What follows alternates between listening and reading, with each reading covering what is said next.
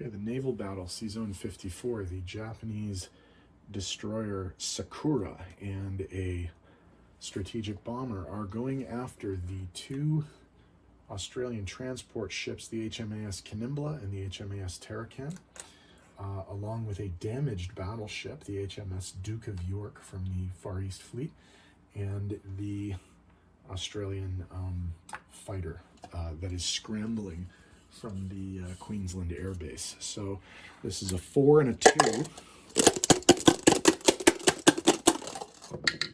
2 hits. So again, the only two things they can hit are the battleship and the plane. So here's the thing.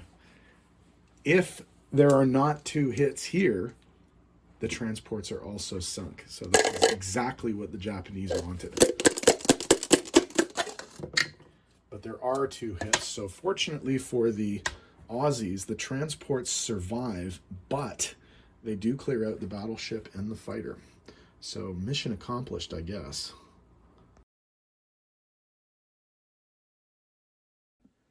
In the battle for Sea Zone 16, the Japanese destroyer Fuyutsuki and a fighter and a tactical bomber from the Shokaku carrier, along with a fighter and attack bomber from Japan itself, are going up against the American submarine SS-279 Snook.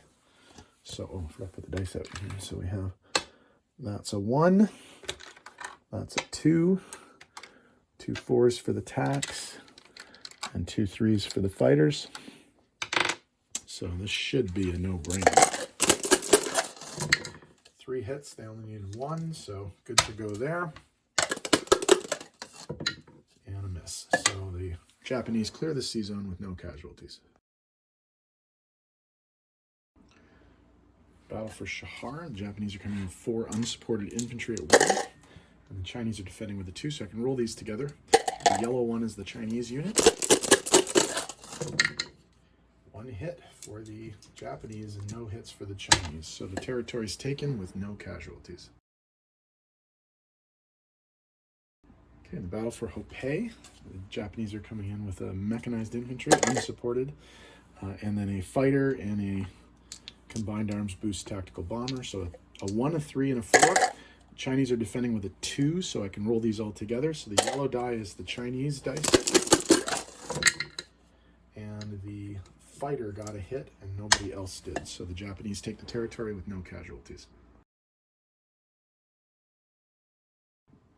For the attack on Kwaichao, Japanese are coming in with an unsupported mechanized infantry, a tank, 2 fighters, and 2 tank bombers.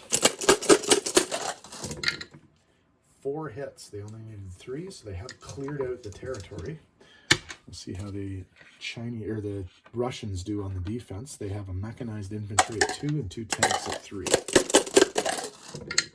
1 hit. So the Japanese do take the territory with only 1 mechanized infantry as a casualty. The battle for Yunnan. Japan's coming in with 2 infantry and 2 artillery at 2, and 3 fighters at 3. No hits. Not an auspicious beginning. UK Pacific is defending with a mechanized infantry and a tank. They got a hit. So we'll lose an infantry. So lose one of those. Try again. That's more like it. 2 hits is all they needed, so that's what they got.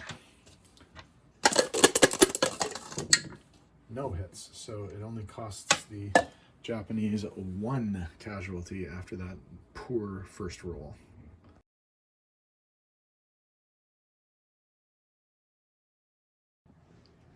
Okay, let's talk about Japanese non-combat. The infantry and tank from Java are going to load up on this transport, move to Sea Zone 36 and drop off in Guangxi. The infantry and artillery from the Celebes are going to do the same thing. Sea Zone 36, drop off in Guangxi. The fighter and tack bomber from the Carolines are going to also fly to Sea Zone 36, and they will end up on a carrier that will shortly be there. In terms of in China. The 3 fighters from Yunnan will land in Guangxi. The fighter and one of the 2 fighters and TAC bombers from Kwaichao will land in Guangxi. The other fighter and TAC bomber will land in Anhui. The Hopei fighter and TAC bomber will land in Anhui. Up here, the damaged battleship and carrier will sail north to the home islands along with the 2 cruisers. All of the planes that participated in the Seazone 16 attack will go back to Tokyo, will go back to the home islands. 2 infantry will load up. Actually, you know what? No.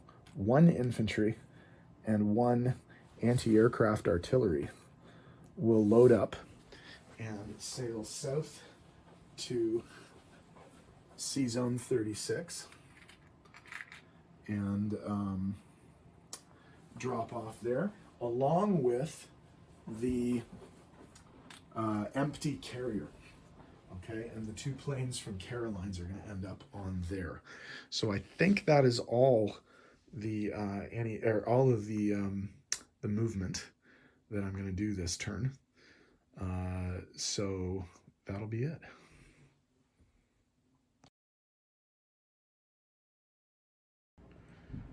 Placement of new units. We're going to put our brand new factory in Kwangtung, and we're going to put our new naval base in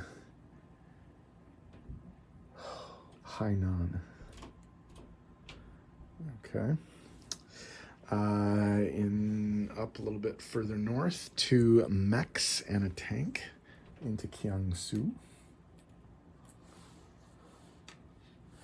And even further north, we're going to go up to the home islands and place our new destroyer and submarine in Seazone 6.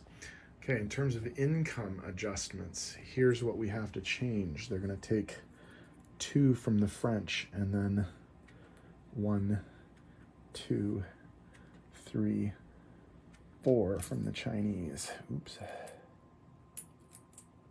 2 from the French, 4 from the Chinese. That's 6 in total.